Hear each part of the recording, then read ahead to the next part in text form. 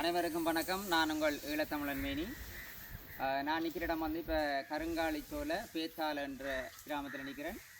ஒரு பழமை வாய்ந்த நாகதம்பிரான் ஆலயம். இது 52 வருடங்களை கடந்து இருக்கின்றது இந்த ஆலயத்தினுடைய வரலாறுகள்.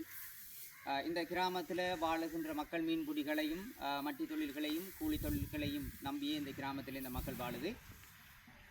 ஆனால் இந்த ஆலயம் இத்தனை வருடங்களாக இருந்தும் கூட இன்று சரியான ஒரு மக்களினுடைய பயன்பாட்டுக்கு இந்த ஆலயம் திருத்தப்பட்டு ஒரு எழுச்சிகரமாக மக்கள் வந்து இந்த இடத்திலே கொண்டாடுவதற்கு ஒரு முடியாத சூழல் காணப்படுது. ஏனென்றால் இந்த ஆலயத்தினுடைய கட்டிட வளர்ச்சி என்பது இந்த மக்களினுடைய கூலி தொழிலிலே வருகிற வருமானத்தை வைத்து தான் சிறு சிறு கட்டிட வேலைகளை ஆரம்பித்திருக்கின்றார்கள்.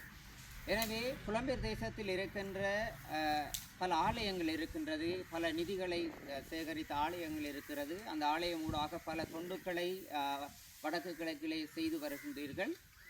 அந்த அடிப்படையிலே இந்த கிராமத்தினுடைய இந்த ஆலயத்தை வளர்ச்சியடை செய்து இந்த ஆலயத்தினுடைய முற்றுமுழுதாக இந்த கட்டிடத்தை புனரமைத்து கொடுத்து இந்த மக்களினுடைய அன்றாட வழிபாட்டுக்கு மக்களினுடைய வேண்டுதலுக்கு நீங்கள் உங்களால் முடிந்த நிதிகளை வழங்கி இந்த ஆலயத்தை சீரமைத்து கொடுக்க வேண்டும் என்று நான் இந்த நேரத்தில் கேட்டுக்கொள்கிறேன்.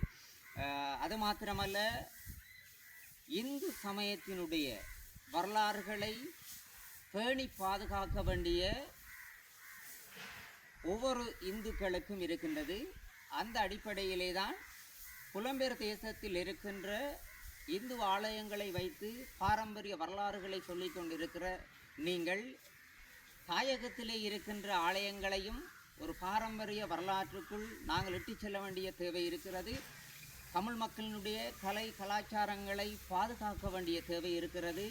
இந்த ஆலயத்தினுடைய வரலாறுகளை வளரும் சங்கதிக்கு நாங்கள் கடத்த வேண்டிய தேவை இருக்கிறது.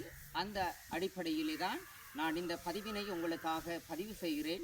இந்த ஆலயத்துக்கு உங்களுடைய நிதிகள் சிறு சிறு நிதியாக இருந்தாலும் அந்த நிதியினை இந்த ஆலயத்தினுடைய கணக்கிலக்கம் நான் உங்களுக்கு பின்னால் திரையிலே பதிவிடுவேன். அதுக்கு வைப்பு செய்து நீங்கள் இந்த ஆலயத்தை கட்டி முடிப்பதற்கு இந்து பக்தர்களாக இருந்தாலும் இந்து மக்களாக இருந்தாலும் இந்து ஆலயங்களை வைத்திருக்கிற புலம்பெயர் தேசத்தில் இருக்கிற ஆலய நிர்வாகத்தினருக்கும் இந்த அன்பான அழைப்புதலை இந்த நேரத்தில் விடுக்கிறேன். நம்பிக்கையோடு காத்திருக்கிறேன். இந்த ஆலயத்துக்கு நிச்சயமாக உங்களுடைய நிதிகள் சென்றடையும். அந்த நிதியினூடாக உங்களுக்கு நான் நன்றி சொல்ல கடமைப்பட்டு இருக்கிறேன். நிச்சயமாக எதிர்பார்க்கிறேன் உங்களுடைய நிதி இந்த ஆலயத்தை வந்து சென்றடையும் என்று. நன்றி.